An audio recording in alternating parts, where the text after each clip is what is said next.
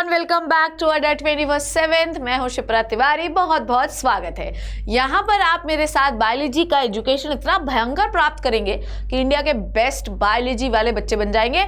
और कोई भी एग्जाम अगर आपको देना हो जिसमें कि KVPY, NTSC, ओलंपियाड और जो भी आते हैं यार, ठीक है, उन सब में आप टॉप कर सकते हो। बस बने रहो, कंसेप्ट बिल्डअप करो और मतलब दुनिया को बता दो कि हम शिप्रा मैम की संतानें हैं। चलिए, सो बेसिकली कंसेप्ट एजेंडा ये है कि आपको समय समय पर पता है कि शिप्रा मैम जो है पीछे नहीं हटती कि तुम क्या क्या कर रहे हो। मैं बहुत सारे बच्चों का मुझे भेजते रहते हैं वो इंस्टाग्राम पे और फेसबुक पे कि हमने ऐसा आंसर लिखा, आप हमें बताइए कि क्या प्रॉब्लम है।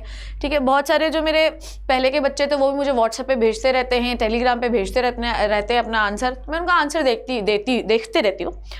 भले ही उसका रिप्लाई मैं उस समय पर नहीं करूं, पर डेफिनेटली मैं इस वीडियो के ज़रिए उन सबको रिप्लाई करना चाहती हूँ और उन सारे प्यारे बच्चों को, मेरी आंखों के तारों को, चांद सितारों को ये मैसेज देना चाहती हूँ कि आप ये कॉमन मिस्टेक्स कर सकते हैं एग्ज़ाम के दौरान और आप अफोर्ड नहीं कर सकते हैं ये मिस्टेक्स, क्योंकि आपको पता है कि आपका टर्म 1 भी हवा में ही गया सारा। ठीक है, अब आपकी पूरी उम्मीद टर्म 2 पे लगी हुई है। So don't do this type of mistakes, otherwise you will fall. ठीक है, तो हमारे पास हम कोई गलती करेंगे और गलती करने की जहाँ गुंजाइश होगी तो वो हम बिल्कुल भी अफोर्ड भी नहीं कर सकते। ठीक है बेटा, तो आज हम लोग जो है 7 मिस्टेक्स नहीं, और भी मिस्टेक्स हैं जो आप एग्जाम में करते हैं, बातचीत के दौरान हम लोग ये वाली बातें करेंगे। ठीक है, ये एक जनरलाइज सेशन है। ठीक है, ये एक जनरलाइज सेशन है, बिल्कुल भी स्ट्रेस नहीं लेके सुनना है बस। अच्छा, मेरा टाइम टेबल वाला वीडियो बहुत सारे बच्चों ने फॉलो किया। ठीक है, वो भी एक जनरलाइज वीडियो था और बहुत सारे बच्चों ने फॉलो किया और वो बहुत ग्लैड है कि उन्होंने अपना टाइम टेबल उस रूप में अपनाया, अपने को ढाला उसमें, और दे आर डूइंग ग्रेट। ठीक है, उनका प्री बोर्ड में तो 1 नंबर फाड़ नंबर आए उनके बेटा। तो अभी भी आपके पास समय है, अभी भी बहुत ज़्यादा समय नहीं है, 10-11 तारीख हुई है बेटा, अभी से शुरू कर लो। 10-12-15 दिन जो है आप उसको फॉलो कर लो, definitely you will get the success. ठीक है, बाकी आपकी इच्छा है। हमेशा मैं चीज़ें कॉन्क्रीट करने की कोशिश करती हूँ कि आपको एक ऐसे दीवार बना दूँ कि कोई तोड़ ना सके। बाकी किसी को दीवार बनना है नहीं बनना, वो सामने वाले बच्चे की इच्छा है बेटा। मैं आपको कितना फोर्स करूँगी यार। ठीक है, तो जीवन में अच्छा बुरा आप इतने बड़े हो गए हो कि समझ सकते हो। हाँ, बस मैं ये कहती हूँ कि बेटा करने जाओ तो एक बार मेरी आवाज़ को याद रखना कि मैं बोल क्या रही थी। ठीक है, चलिए शुरू करते हैं। तो क्या मिस्टेक्स हमें एग्जाम के दौरान नहीं करनी है वो हम देखते हैं। मैम कॉफ़ी नहीं पीनी है क्या? नहीं, ये बैकग्राउंड है मेरी आज स्लाइड का। ठीक है, ज़्यादा वो मत करो। ओ मैम हम तो कॉफ़ी पीते ही नहीं है। नहीं, ये नहीं करना बेटा। ठीक है, चलो आ जाओ, शुरू करते हैं। पहली बात तो ये है कि हम लोग जनरली क्या करते हैं कि मिस्टेक्स जो हम कर लेते हैं, हम पढ़ बायोलॉजी रहे, सपोज दैट। ठीक है ना, हम लोग जो है, मैम बायोलॉजी का एग्जांपल क्यों लेती हूँ, तो बेटा मैं बायोलॉजी की बातें करती हूँ, बायोलॉजी पढ़ाती हूँ तो बायोलॉजी की बातें करती हूँ। अब ये वीडियो आप अपने बड़े को भी दिखा सकते हैं, 12th वालों को भी दिखा सकते हैं, जिनका एग्जाम है, जिनका नीट का एग्जाम है, जिनका IIT का एग्जाम है, सबको दिखाओ। ठीक है, सबको दिखाओ। ठीक है, क्योंकि मैं नीट वालों को भी डेफिनेटली रिकमेंड करूँगी कि वो देखें ये वीडियो, क्योंकि कल को चल के आपको भी यही फेस करना है। 17 जुलाई को आपको भी पेपर है लल्ला। ठीक है, तो अपनो जो है सोचनो है और दूसरों को भी सोचवानो है। क्लियर है? वाह, क्या लैंग्वेज बोली मैंने। सो द थिंग इज कि आपको अपना जो सिलेबस है वो बिल्कुल भी भूतिया नहीं समझना है। मतलब सबसे बड़ा प्रॉब्लम क्या है आपको पता है बेटा?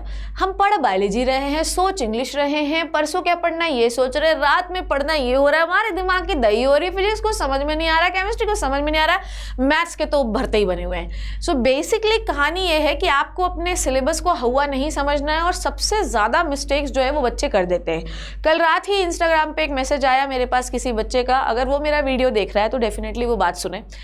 वो बहुत घबराया हुआ था और रात में उसने मैसेज किया, मुझे टाइम तो याद नहीं, और उसने बहुत घबराया हुआ था कि मैम अब तो मेरे पास सिर्फ 15 दिन बाकी हैं, मैं कैसे पढ़ना शुरू करूं।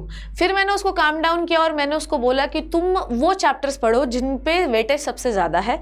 तो ये क्या होगा, ज़्यादा नंबर वाले तैयार हो जाएंगे तो कम नंबर वालों की इतनी स्ट्रेस नहीं रहेगी, वो तो हो जाते हैं। मैंने उसको काम डाउन किया, पर अगर आपके पास कोई नहीं है उसके बावजूद आपको अपने सिलेबस को बिल्कुल भी हुआ नहीं समझना है लल्ला। क्लियर है कि मैम तो नहीं है, हे भगवान हम क्या करें, ये धूम तो नहीं, ये ऐसा चीख रहे हैं, चिल्ला रहे हैं, घर वालों पे गुस्सा जो है करें, दीवारों पे सर मार रहे हैं, सर फोड़ दे रहे हैं, उंगलियां तोड़ रहे हैं। ठीक है, ज़्यादा हुआ अपने दोस्तों से लड़ रहे हैं। तो ये फ्रस्ट्रेशन जो है वो आपको किसी के ऊपर उतारना नहीं है, अपने सिलेबस को हुआ नहीं समझना है, प्रॉपरली अरेंज करके पढ़िए, बिल्कुल भी हुआ मत समझिए। देखिए बेटा जितना होना है ना उतना होगा। ठीक है, जितना नहीं होना है वो नहीं होगा। सो एक बार एग्जाम, तुमको पता है मुझे कभी कभी मुझे याद है कि जब मैं कॉलेज में पढ़ती थी तो मतलब जब प्रेजेंटेशन देने की बारी आती तो हे भगवान मैम क्या होगा मेरा, हे भगवान मैम मेरा क्या होगा। प्रेजेंटेशन के बाद बोल रहे शिप्रा कैसे, इतना गंदा भी प्रेजेंटेशन दिया, उसके बाद शिप्रा कैसा लग रहा है, हाँ ठीक लग रहा है बहुत। एक बार समय चला जाता है तो चला जाता है, बस हम ये कोशिश करते हैं कि वो समय हमारा बहुत अच्छा जाए। इसके लिए आपको कभी भी किसी चीज़ को बहुत अपने ऊपर हावी मत होने दीजिए, उसको बिल्कुल भी हुआ मत समझिए। आप सोचिए कि ये हो जाएगा, हम कर लेंगे, मैं नहीं करूंगा तो कौन करेगा, मेरा पड़ोसी करेगा। ये बात आपके, देखो दुनिया में you are the best, nobody can do nothing for you, I will help you out, ठीक है, हमेशा मैं आपकी हेल्प करूंगी। अल्टीमेटली जो है प्रदर्शन आपको लिखने का खुद ब खुद करना है, ठीक है, तो अक्षरों की उल्टियां आपको खुद करके आना, मैं नहीं कर सकती, तो आप बिल्कुल चिलपिल रहो, आप ही करोगे। ये सोचो कि मैं हूँ ब्रह्म, ठीक है, मैं सब कर सकता हूँ, कोई नहीं कर सकता, बस इस भावना के साथ रहो। बिल्कुल भी सिलेबस को जो है खतरनाक मत समझो। दूसरा सबसे बड़ा प्रॉब्लम जो है, एक तो तुम्हारे पास समय कम है। जब मैंने शॉर्ट नोट्स, इसीलिए मैं समय समय पर चीज़ें रिलीज करती हूँ, क्योंकि मुझे अब समझ में आता है कि इनको इस चीज़ की ज़रूरत है। जब मैं देखती हूँ, तुम्हें क्या लगता है कि शिप्रा मैम एंडा बेंडा कुछ भी उठाया बनाना शुरू कर दिया, तुम कंपनी से पूछा करो कि शिप्रा मैम क्या करवाती है। प्रॉपरली वीडियोस प्लान रहते हैं कि इस समय पर अब बच्चों को ये परेशानी होगी। अब परेशानी ये है कि समय कम है और उनको ये लग रहा है कि सिलेबस बहुत ज़्यादा है, इसलिए वो पैनिक कर रहे हैं। नाउ नेक्स्ट थिंग जो बच्चों के साथ प्रॉब्लम ये है कि फ़ोन जो है, फ़ोन का इस्तेमाल पहली बात तो कम किया करिए। फ़ोन जो है ना वो आपका सबसे बड़ा दुश्मन हो सकता है, लल्ला सबसे बड़ा दुश्मन हो सकता है। This is a generalise session, this is nothing related to biology, it is related to your whole term to examination. If you follow these tips you will definitely get success, okay. और not even these, आप अपने जो है बड़े बच्चों को, बड़े seniors को भी ये चीज़ें दिखाइएगा। आई विल ग्लैड, मुझे बहुत खुशी होगी अगर आप ऐसा करेंगे, ठीक है। नाउ अब जो है पहली बात तो ये है कि अपना जिस टेबल में पढ़ते हो ना, उस टेबल पे डोंट ऑक्यूपाई डिफरेंट सब्जेक्ट्स, ठीक है, don't occupy whole the space by different subjects. ना इसका मतलब ये है कि if you are studying about the social science, आपके पास सिर्फ सोशल साइंस का मटेरियल होना चाहिए, उसके बाजू में science, maths, English and bend जो है सब पढ़ा रहता है। तो जैसे ही आप पढ़ना शुरू करते हैं आपकी नज़र उस सब्जेक्ट पे जाती है और आपका दिमाग खराब जाता है, वो तेरी तो अभी तो ये भी बचा है यार, ये नहीं करना है। आपका डिक्लटर कर लो, पहले टेबल एकदम साफ सुथरा कर लो, उसके बाद आप अपनी बुक्स रखो और सिर्फ वही बुक रखो जो आप पढ़ रहे हो। बहुत किसी भी, अब आपके पास इतना समय नहीं है कि आप मल्टीपल रेफरेंस बुक्स ले सको, ठीक है। अब आपके पास समय यह है कि जो कॉपीज में आपने लिखा है, जो वन शॉट मैंने पढ़ा दिया है, उम्मीद कर रही हूँ कि शॉर्ट नोट्स आपने बना लिए होंगे, और नहीं भी बनाए होंगे तो आप बना लो, 10, 12, 15 दिन बचे हैं, बन जाएंगे सारे टॉपिक्स के। उन शॉर्ट नोट्स को पढ़ो, रिवाइज करो, रिवाइज करो, रिवाइज करो। एक बार जब हम कोई भी चीज़ पढ़ लेते, लिसन टू मी, क्या बोल रही हूँ मैं, कभी भी किसी भी इंसान को पहली बार में पढ़ी हुई चीज़ें नहीं समझ में आती। Practice practice practice practice. पर मैम इतना सारा सिलेबस है, हम प्रैक्टिस कैसे करें मैम? तो इसीलिए तो बेटा मेरे लल्लो, मेरे आंखों के तारों, चांद सितारों, जिगर के टुकड़ों, मैंने क्या बोला था, शॉर्ट नोट्स बना लो। शॉर्ट नोट्स अभी नहीं बन पाए तो कोई नोट्स तो बने होंगे, उनको पढ़ो, उनको बार बार रिवाइज करो, और इतने बार रिवाइज करो कि घुट जाए। One shot video Shipra ma'am का हम लगा रहे हैं, हेरिडिटी एंड इवोल्यूशन का, और हम चाहते हैं कि हेरिडिटी का में सब कुछ बने। बार बार उसी को वीडियो को देखो, मतलब इतना देख लो कि कौन से मिनट पे मैम क्या बोल रही है वो भी हमको याद होना चाहिए। तो बहुत ज़्यादा रिसोर्सेज के पीछे मत भागो, ठीक है, याद रखो, एक्सेसिव नहीं होने चाहिए, लिमिटेड होने चाहिए, और उन्हीं को बार बार पढ़ो। हम यही किसी भी बड़े एग्जामिनेशन का या तुम्हारे भी एग्जामिनेशन का सक्सेस मंत्रा होता है, ठीक है। अब सबसे पहले ये है, एग्जाम जब हम देने जाए हैं, मान लो हम एग्जामिनेशन, ये तो पहली प्रॉब्लम है कि हम बहुत ज़्यादा रिसोर्स का इस्तेमाल कर लिए हैं, ठीक है। उसके बाद जब हम एग्जाम देने जा रहे हैं, ठीक है, अब एग्जामिनेशन में हमने मार्क स्कीम नहीं देखा, ठीक है, माथा देख के तिलक लगाने वाली प्रक्रिया सुने हो कभी, है ना? जब आपको पता है कि सामने वाला जो है तो जो है गदा लेके आ रहा है, तो तुम्हारे मुंह पे गदा मार देगा, गदा तुम्हारा मुंह फट जाएगा, खून बहने लगेगा, कोई देखने नहीं आएगा। तो बेटा उन इंसानों से दूर रहो जो इतने हष्ट पुष्ट तंदुरुस्त मोटे ताजे हैं, ठीक है। तो हमेशा इसका मतलब क्यों बोल रही हूँ मैं कि अगर आपको दिया है 2 मार्क्स का आंसर और आप लिखे जा रहे हैं, मान ही नहीं रहे, पगला गए हैं लिख लिख के, क्योंकि आपको अपनी होशियारी झाड़नी है, तो बेटा ये बात तो गलत है। पीछे 5 नंबर वाले छूट जाएंगे और फिर बैठे रहना, बोलना शिप्रा मैम पेपर छूट गया था, पेपर तो बहुत अच्छा आया था पर बना नहीं अपने से, तो फिर क्या मतलब का अच्छा आया था? देखो दुनिया में सब कुछ अच्छा आता है, नंबर जब तक अच्छा नहीं आएगा तब तक हम नहीं मानेंगे तुम्हारा पेपर कितना अच्छा गया। क्लियर है?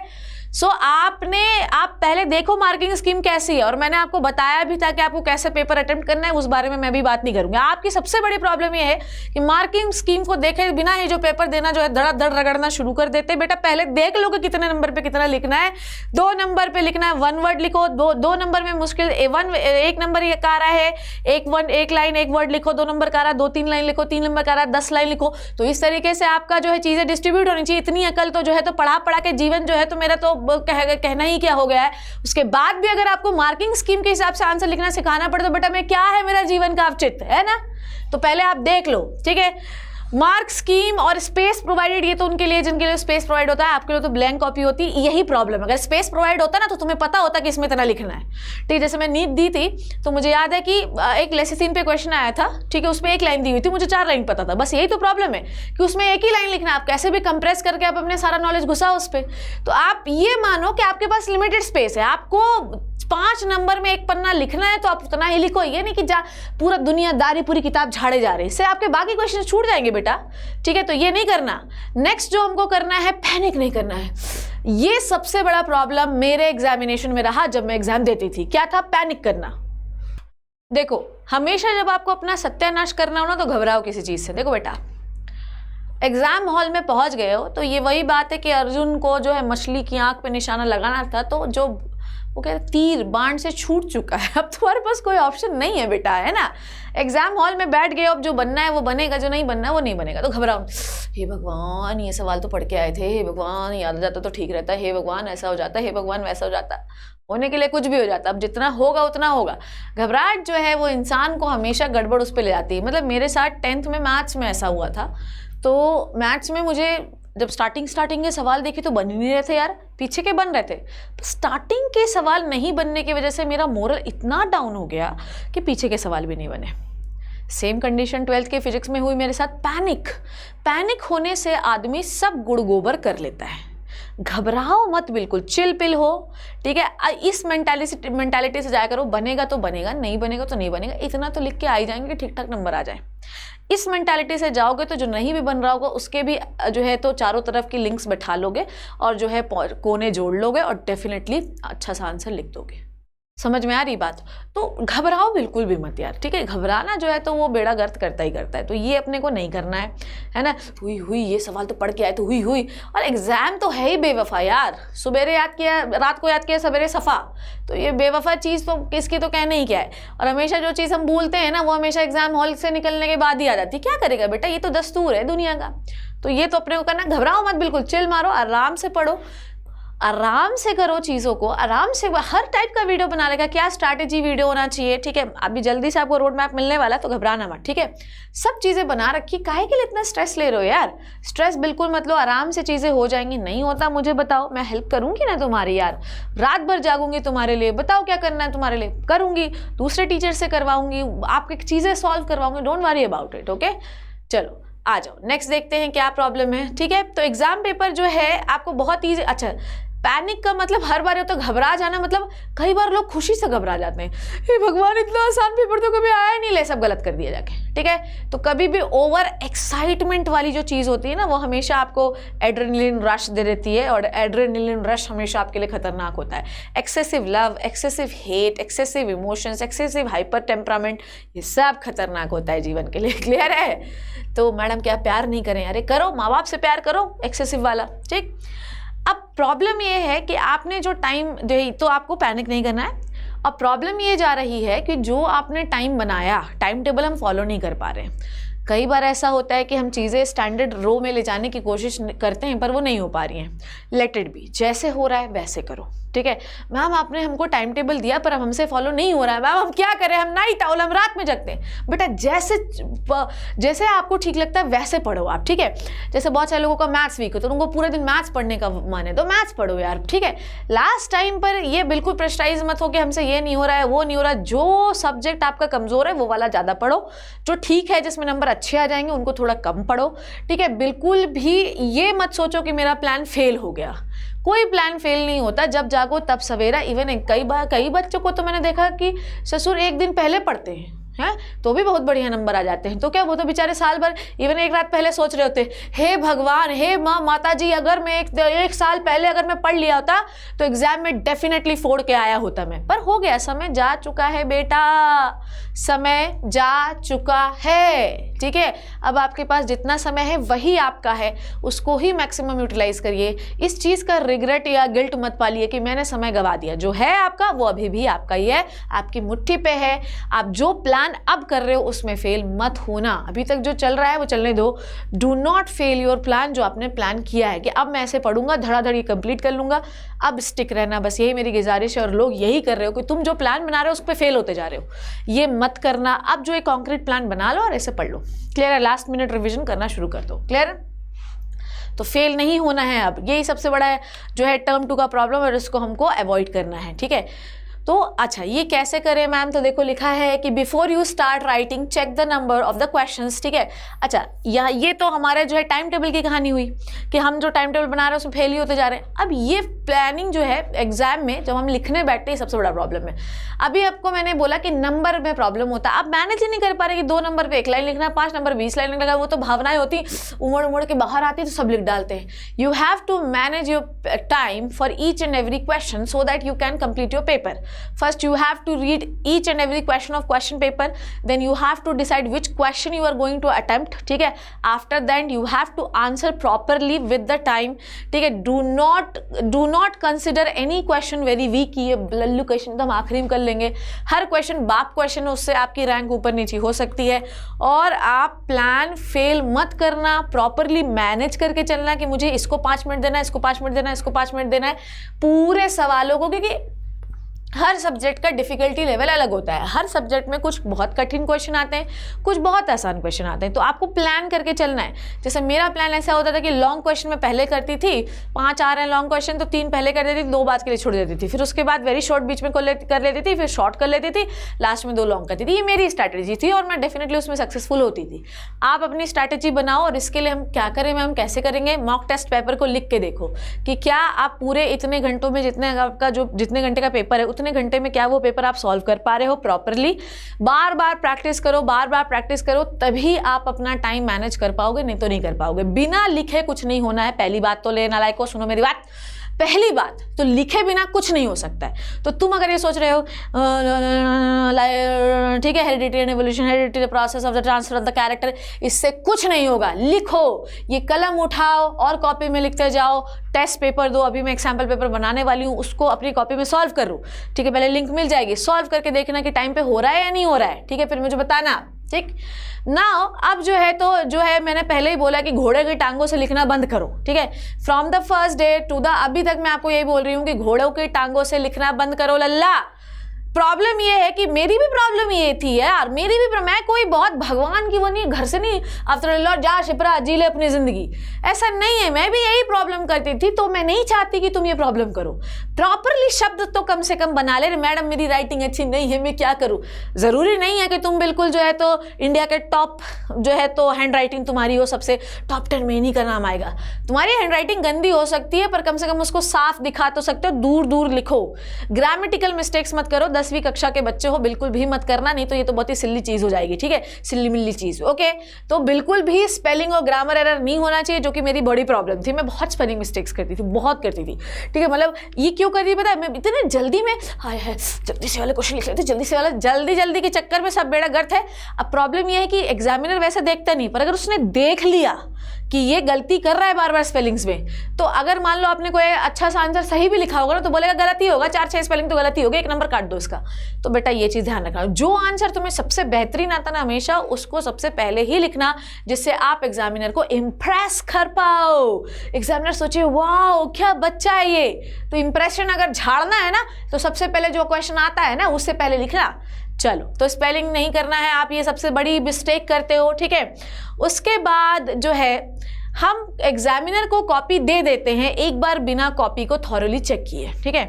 कई बार ऐसा होता है कि सप्लीमेंट्री कॉपी का सीक्वेंस सही नहीं लिखा होता, और अगर गलत सीक्वेंस है तो उस सीक्वेंस के अंदर जितने क्वेश्चन आ रहे होंगे सब गलत होंगे। कई बार ऐसा होता है कि हम कॉपी को बांध नहीं पाते, स्टेपल नहीं कर पाते, कॉपी खुल जाती है, बीच में गिर जाती है, नंबर कम मिल जाते हैं। कई बार ऐसा होता है कि हम थॉरली कॉपी को चेक नहीं करते हैं और क्वेश्चंस छूट जाते हैं। कई बार हम थॉरली नहीं चेक करने की वजह से हमें बीच में जो मिस्टेक्स पकड़ में आनी चाहिए थी वो नहीं आती हैं। तो कुल मिला के ये मिस्टेक आपको अवॉइड करनी है। कम से कम आपको 5 मिनट का समय अपनी कॉपी को आखिरी में देना है। 5 मिनट नहीं तो कम से कम 3 मिनट 4 मिनट का तो देना ही देना है, ताकि आप अपनी कॉपी को थॉरली चेक कर पाएँ कि कहीं ऐसा तो नहीं है कि कुछ गड़बड़ हो गया, कुछ डायग्राम वगैरह लास्ट में पता है कुछ ना कुछ याद ही आ जाता है, एक डायग्राम वगैरह बनाने का, तो वो अपन बना लेते हैं और नंबर ज़्यादा मिल जाते हैं। तो आप अपनी कॉपी को चेक किए बिना एग्जामिनर को नहीं देना, नहीं तो काम गड़बड़ हो जाएगा, ठीक है। और टाइम मैनेज मैं बार बार कह रही हूँ, टाइम मैनेजमेंट आपको मान लीजिए 2 घंटे का पेपर है तो आपको अपना पेपर बिल्कुल ध्यान से लिखना है बेटा। अगर आपने थोड़ा मतलब हर क्वेश्चन की अपनी वैल्यू होती है बेटा, हर क्वेश्चन की अपनी एक वैल्यू है। 1 नंबर का भी क्वेश्चन छूट गया तो 1 नंबर से आदमी फेल हो जाता है, 1 नंबर से आदमी पास हो जाता है, 1 नंबर से आदमी टॉप कर लेता है, 1 नंबर से आदमी फर्स्ट रैंक आ जाता है। उस 1 नंबर की कहानी सिर्फ 1 नंबर वाला ही जानता है जिसको 1 नंबर की कमी हुई। तो टाइम आपको मैनेज करके चलना है 3 घंटे तक। और सबसे बड़ा प्रॉब्लम आज की जनरेशन में यही है, क्योंकि क्या था, जय श्री राम 6 महीने तक किया था अपन ने कुछ किया था ना, जय श्री राम ठीक है टिक मारा था अपन ने, अब अपन को लिखना पड़ रहा है। तो इसके लिए सिर्फ राम जी की घूटी यही है, मॉक टेस्ट पेपर सॉल्व करिए, मॉक टेस्ट पेपर लिख के देखिए। मैं तुम्हें मॉक टेस्ट पेपर बहुत बेहतरीन सा बना के दे सकती हूँ, पर लिखना तुम्हें अपने इन्हीं स्वर्ण हाथों से ही है बेटा। मैं कुछ भी कर लूँगी, लिखेगा तुम ही, ये बात याद रखना। तो टाइम मिसमैनेजमेंट को भी आपको अवॉइड करना है, ठीक है। और याद रखो, बीटिंग अराउंड बुश मत करना यार, जो पूछा गया है। हाँ ये एक बार मैंने आपको बताया भी था, हालांकि ये मैंने आपको बताया भी था, सो मैं इसमें वो नहीं करूँगी। जैसे मान लो कि अगर आपसे पूछा गया है कि write down the definition of heredity, then why you are talking about the Mendel and Mendel genetics and Mendel third law. आपको सीधा पूछा गया है 1 नंबर के सवाल में हेरिडिटी क्या होती है, आप 1 लाइन की डेफिनेशन लिखकर बाज नहीं आ रहे हो, फिर आप बताओ कि हेरिडिटी जो है वो उसका मैकेनिज्म मेंडल ने बताया था। मेंडल जो थे ऑस्ट्रियन मॉन्क थे, मेंडल ने पी पे एक्सपेरिमेंट किया, 7 कंट्रास्टिंग कैरेक्टर लिए और फिर मेंडल को नोबेल प्राइज नहीं मिला तो बेचारे मर गए। तो अगर तुम ये लिखोगे तो बकवास उसका भी दिमाग खराब हो जाएगा। तो आप झाड़ी के बारे में पूछा तो झाड़ी के बारे में लिखो, इधर उधर मत लिखा करो, ठीक है। वो बात अलग है कि जब आपसे कुछ नहीं आ रहा है तो मैम हम क्या करें, तो फिर वो बात अलग है कि अगर आपसे घास के बारे में पूछा है तो एक खूंटा गाड़ो, खूंटे में बकरी बांधो और बकरी के बारे में लिखना शुरू कर दो। जब आपको कुछ नहीं आता, जब अच्छे से आता है तो बकरिया के बारे में नहीं लिखना है, सिर्फ घास के बारे में लिखना है। क्लियर है, समझ में आ गई बात। अब सबसे गंदी चीज जो है कोलैप्स्ड राइटिंग, ठीक है। इतना मैनेज करके टाइम चलो कि आखिरी से, मतलब वो तो होता ही है कि पहली कॉपीज में, पहली शीट्स में तो हम दे रहे अंडरलाइन ये वो, पर कभी आपने किसी सीबीएसई टॉपर की कॉपी देखोगे, from the first line to the end of the line वो वैसा ही लिखता है, ठीक है। तो आप मैनेज करके चलो यार, थोड़ा सा मैनेज करके चलो। ऐसा मत लिख देना कि आखिरी तक तुमने 1 नंबर 2 नंबर 3 नंबर सब वहीं पे कर डाला। और हमेशा याद रखो, अंडरलाइन याद रखना, ठीक है। तो आई थिंक ब्लैक अलाउड, एक बार देख लेना आप वो नोटिफिकेशन, तो ब्लैक कलर अलाउड है। तो जो आपका हाईलाइटेड पॉइंट है, जिसमें आप चाहते हो कि एग्जामिनर की नज़र तो इसमें पड़नी ही चाहिए, तो उसको हाईलाइट कर देना बेटा, ठीक है। फिर देखो कैसे नहीं नंबर मिलते। तो बढ़िया से कैसे मैंने आपको सिखाया था, कैसे राइटिंग टिप्स मैंने आपको दी थी ना, हाईलाइट करके लिखो, ठीक है। कोलैप्स राइटिंग लोगे तो एग्जामिनर तुम्हें कोलैप्स कर देगा, ले लो नंबर बेटा, है ना, ठीक है। और जो है ये तो मैंने आपको पहले ही बता दिया कि आपको नहीं देना है, ठीक है। और सबसे बड़ी जो है अब आपको प्रॉब्लम ये है, ये जिसके लिए मैंने लास्ट वीडियो भी कल आपको बना के दिया था, मिथ्स पर बिलीव करना छोड़ दो बेटा। मैंने आपको पढ़ा दिया, उसको मानो, उसको पढ़ो, उसको जाके लिखो। मैंने कितने सारे बच्चों को इंडिया के टॉप करा दिया यार, ठीक है। तो इनकरेक्ट डेटा पे बिलीव मत करो, इनकरेक्ट डेटा कॉपी मत करो। ये पढ़ते समय, जब एग्जाम देते समय एक बार क्वेश्चन पेपर को देखो। जैसे कि मान लो कोई मैथ्स का सवाल आया, अब मैथ्स के सवाल में 300 की जगह 100 देख लिए, बस हो गया, उतने में तो खेल हो जाना है तुम्हारा। तो इनकरेक्ट डेटा को कॉपी नहीं करना है, ध्यान से सवाल पढ़ना और फिर लिखना है, ठीक है। बजाय इसके कि 5 नंबर के 5 सवाल गलत कर दे, एक 5 नंबर का छूट भी जाएगा, पर वो 405 नंबर कितने कॉन्क्रीट होंगे कि 20 नंबर मिलेंगे। ये बात बहुत विशेष तौर से ध्यान रखना कि डेटा इनकरेक्ट कॉपी मत करना, नहीं तो ये वाला मिस्टर बीन के हाल हो जाएंगे, ठीक है। अब टर्म 2 में सबसे बड़ी प्रॉब्लम आपके साथ ये हो सकती है कि आपको लग रहा है कि आपको कुछ नहीं बन रहा है, और उस स्ट्रेस में आप 4-4 5 मतलब लगातार 10-10 घंटे बैठे पढ़ रहे हैं तो ये बात मानिएगा 2 घंटे के बाद तो आपको कुछ नहीं समझ में आने वाला है। शिप्रा मैम भी बहुत लंबे लेक्चर बनाती है तो आप बोलते हो मैम यार प्लीज़ यार थोड़े छोटे बनाओ, क्यों? क्योंकि आपका माइंड स्ट्रेस हो जाता है यार आपको, इसलिए मैं बोलती हूँ, इसलिए रिकॉर्डेड देती हूँ मैं कि थोड़ा रुक रुक के देख लेना बेटा तो थोड़ा फ़ायदा मिल जाएगा, ठीक? तो बहुत लंबे समय तक अभी बैठ के मत पढ़िए, 2-2 घंटा 1-1 घंटा पढ़िए, थोड़ा सा ब्रेक लीजिए, पानी भरपूर पीजिए, संतरे का जूस पीजिए, संतरा खाइए, मौसम्बी खाइए, नींबू का पानी पीजिए, नारियल का पानी पीजिए, तरबूजे खाइए, खरबूजे खाइए, पानी वाली चीज़ें खाइए जिससे डिहाइड्रेट नहीं हो, ये माइंड में ऑक्सीजन बना रहे और आदमी चिल रहे। क्योंकि अगर आप ऐसा नहीं कर रहे हैं तो आप बहुत जल्दी पैनिक करेंगे, रोने लगेंगे और फिर आपके अंदर एक अलग सी टेंडेंसी, नेगेटिव टेंडेंसी जनरेट होने लगेगी, ठीक है? समझ में आई बात? अब आपके मन में आपने अभी तक कोई प्रिपरेशन अगर नहीं की है तो अभी भी आप शुरू कर दीजिए। टर्म 2 में सबसे बड़ा प्रॉब्लम आपके साथ ये हो सकता है कि आपने अभी तक कुछ नहीं पढ़ा होगा तो अब आपको प्रॉब्लम आने वाली है, पर अभी भी आपके ये वीडियो मैं इसलिए पहले से बना दे रही हूँ कि अगर आपने अर्ली प्रिपरेशन नहीं की है तो जब एक रात पहले यही हाल होने वाला है तो ये हाल ना हो, इसलिए अभी से ही 10-12 दिन हैं उनको पढ़ डालो, घोट डालो, रट डालो। नहीं है तो मैं हूँ, बैठी है मैम, करेगी तुम्हारे लिए मेहनत, रात भर जगाएगी टीचरों को, पढ़ाओ इनको, जब तक नहीं समझ में आ रहा इनको पढ़ाओ, ठीक है? जब तक नहीं बनेगा तब तक करवाऊंगी, लोगों से मैं बोलूंगी पढ़ाओ यार इनको, तो मैम से बोलो ना हूँ मैं तुम्हारी यार, अपनी हूँ तुम्हारी, बोलो, घर की बात है अपनी, ठीक? तो अर्ली प्रिपरेशन नहीं हुई है, ये बड़ा प्रॉब्लम जा रहा है बच्चों को। मैंने आपको बताया इंस्टाग्राम का मैसेज, और फिर क्या कर सकते हैं? अब आपको वेटेज के हिसाब से पढ़िए, जिसका नंबर सबसे ज़्यादा उसको पढ़ डालिए और उसके बाद जितना होता है बेटा उतना कर लेना जिससे थोड़ा अच्छे नंबर आ जाए। जो चैप्टर नहीं हो रहा है शिप्रा मैम बताओ, मैं पर्टिकुलर फैकल्टी से बात करूंगी, ठीक है? और लास्ट मिनट पे बिल्कुल भी मिच मत करना। मिच मत करना इसका मतलब ये है कि भगवान नोट्स पढ़ लूँ, बुक्स पढ़ लूँ, नोट्स पढ़ लूँ, बुक्स पढ़ लूँ, वीडियो देख लूँ ना। You have to revise things only and only by the short notes बेटा। Short notes are the best trick to revision. मैं बार बार शॉर्ट नोट्स क्यों बोलती हूँ? कभी सोचा तुमने? बिकॉज यही एक तरीका है जिससे आप परफेक्टली रिवाइज कर सकते हैं ईच एंड एवरीथिंग जो इंपॉर्टेंट है उस पेज की। और अगर आप एक बार रिवाइज कर लोगे तो आपको समझ में आ जाता है कि इसमें मुझे और क्या क्या लिखना है, आंसर कैसे फ्रेम करना है। लास्ट मिनट रिविजन कभी भी आपका नोट्स और बुक से नहीं होता लल्ला, हमेशा शॉर्ट नोट से होता है। क्लियर है? सो आज मैंने आपको कुछ टिप्स बताई जो आपको टर्म 2 प्रिपरेशन के दौरान अवॉइड करनी है और आपको एग्जामिनेशन करने के दौरान, देने के दौरान अवॉइड करनी है, ठीक है? ये सेशन बहुत बहुत बहुत बहुत इंपॉर्टेंट है बच्चों। ये सेशन दूसरों को दिखाइए, बिल्कुल भी ये मत सोचिए देखो बेटा तुम ना बहुत खतरनाक आदमी हो, तुमने क्या किया। शिप्रा मैम हम क्या करते हैं कि जो है मैम अपन वो करते हैं, मतलब शिप्रा मैम का वीडियो नहीं देखते, ऐसा नहीं देखते, ये गलत बात है बेटा। ये तो दे दो कम से कम, वो तो देख ले बेचारा बच्चा आपका साथी। तो लोगों को 2 बताओ कि ये गलती मत करना, अदरवाइज आप फंस सकते हो बेटा। मैंने तुम्हें हर चीज़ के लिए तैयार कर रखा है। तुम्हें बायोलॉजी कैसे लर्न हो इसके लिए एक वीडियो बना रखा है, कैसे लिखना है इसके लिए एक वीडियो बना रखा है, ठीक? क्या मिस्टेक्स नहीं करनी है इसके लिए एक वीडियो बना रखा है ना। शॉर्ट्स तुम्हें देती ही रहती हूँ, ठीक है? तो बेटा जी ये मेरी आपसे गुजारिश है कि ऐसी गलती मत करना अभी और एग्ज़ाम देने के दौरान, ठीक है? You were born to win, आप हमेशा जीतने के लिए बने हो। मैं हमेशा तुम्हें हमेशा जो गलतियां मैंने की वो मैं नहीं चाहती कि आप रिपीट करो, और मैं उम्मीद करती हूँ कि आप ऐसा करेंगे। You are a winner, you know, but to be a winner you must plan to win. Exactly, अभी भी मैंने इसलिए पहले बना दिया ये वीडियो क्योंकि अभी भी आपके पास समय है, आप प्लान कर लो, आप जीत सकते हो। Prepare to win and expect to win. मैंने आपको क्या बोला, हमेशा आपको उम्मीद रखनी बहुत ज़रूरी है। आपसे क्या बनता है, आपसे क्या नहीं बनता वो भाड़ में जाना दो। हमेशा अपने मन में एक तसल्ली रखो, तुम बेहतरीन हो, तुम बेस्ट हो, तुमसे अच्छा कोई नहीं है। और अगर ये थॉट आपके मन में है तो डेफिनेटली आप बहुत अच्छा कर सकते हो, विनर। कभी मत सोचो कि उसको ज़्यादा आता, मुझे कम आता, मुझे कुछ नहीं आता। तुम्हें सब आता है बेटा, तुम ये सोचो। नहीं भी आता तो भी ये सोचो कि आता है, ठीक है? Be optimistic. हमेशा मैं बहुत ऑप्टिमिस्टिक रहती हूँ यार, बहुत ऑप्टिमिस्टिक। मैंने आपको बोला लास्ट वीडियो तो मैंने इतना खींच के इतना दुखी मन से बनाया था कि मैं क्या ही बताऊँ यार। मतलब मैं लिटरली दुख हो गया था, इसलिए मेरे मुंह से कुछ भी ऐसा हो रहा था। मेरे लिए, मेरे मन में कभी जीवन में किसी के लिए हार्ड फीलिंग नहीं हो रहा। ऐसा लगता है कि किसी का मैं बुरा चाहूँ ना तो मुझे खुद को रोना आता है, मैं खुद बुरा फील करती हूँ।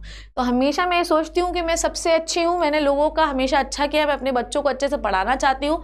तो मेरा बच्चा भी यही सोचे कि मैं बेस्ट हूँ, मैं शिप्रा मैम का स्टूडेंट हूँ और इंडिया में मैं टॉप करने के लिए बना हूँ। I hope you learn and enjoy the session. मैं उम्मीद कर रही हूँ कि ये चीज़ें आप अवॉइड करेंगे और आप एग्जाम में टॉप करेंगे। मिलती हूँ किसी अमेजिंग बायोलॉजी की लेक्चर में। तब तक thank you so much and bye bye.